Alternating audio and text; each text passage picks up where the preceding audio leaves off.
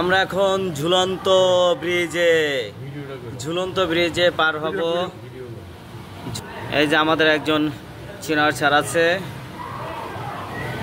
সহকর্মী টিটু।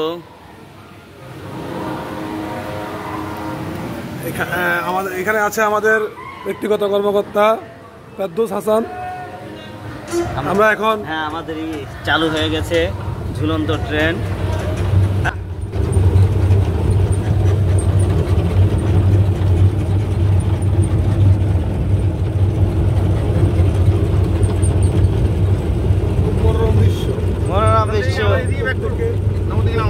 না না ওই দিক থেকে ব্যাক কর।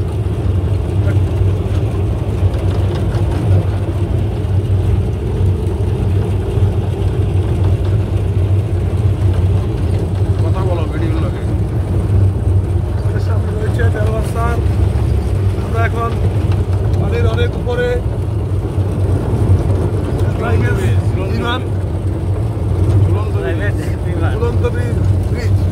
ঝুলন্ত ব্রিজ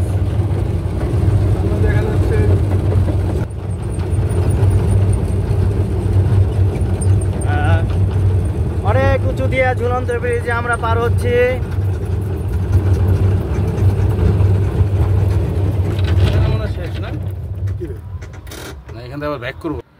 হ্যাঁ, ঝুলন্ত ব্রিজ আটকে গেছে। আমরা এখন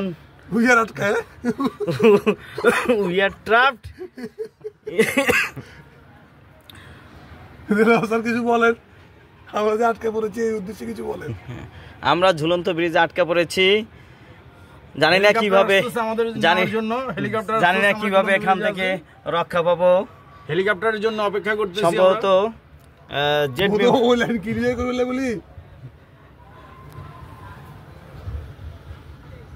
কেমনে ঘুরবো আমরা? না, কাহিনী আছে, মনে ওটা ছাড়বো, এটা টান দিব দিকে এরকম। হ্যাঁ, না ওই ইসের সময় তো একটা করে নাই। উপর থেকে মনোরম দৃশ্য। স্বপ্নপুরে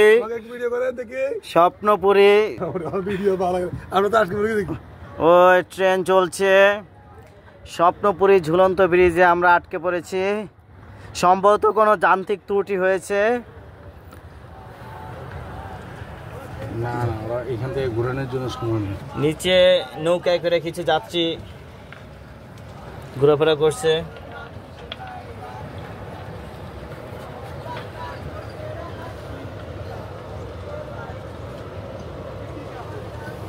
ট্রেনে কারা উঠছে?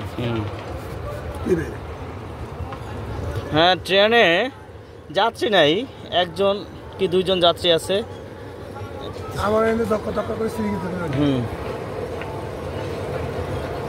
এই ট্রেন তো ভালো চলছে। হ্যাঁ, ট্রেনটা চলছে কিন্তু যাত্রী নাই। ট্রেনে যাত্রী নাই। ট্রেন ভালো চলছে কিন্তু ট্রেনে যাত্রী নাই। আমরা ঝুলন্ত ব্রিজে আটকা পড়ছি। ওই যে পৃথিবীতে উড়া দরকার। ওই যে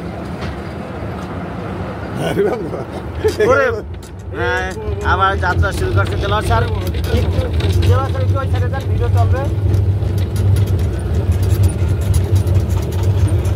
সুন্দর ভিডিও ঝুলন্ত ব্রিজে চলছে।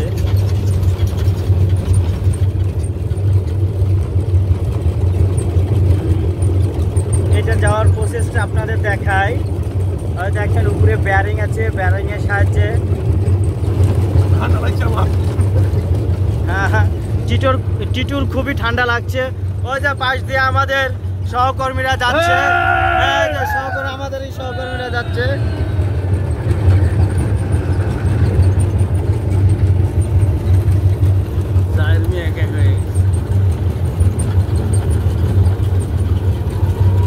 ঝুলন্ত ব্রিজে যাচ্ছে। হ্যাঁ, আমাদের জাহের ভাই সামনে আছে, সেও মনে হয় উঠবে।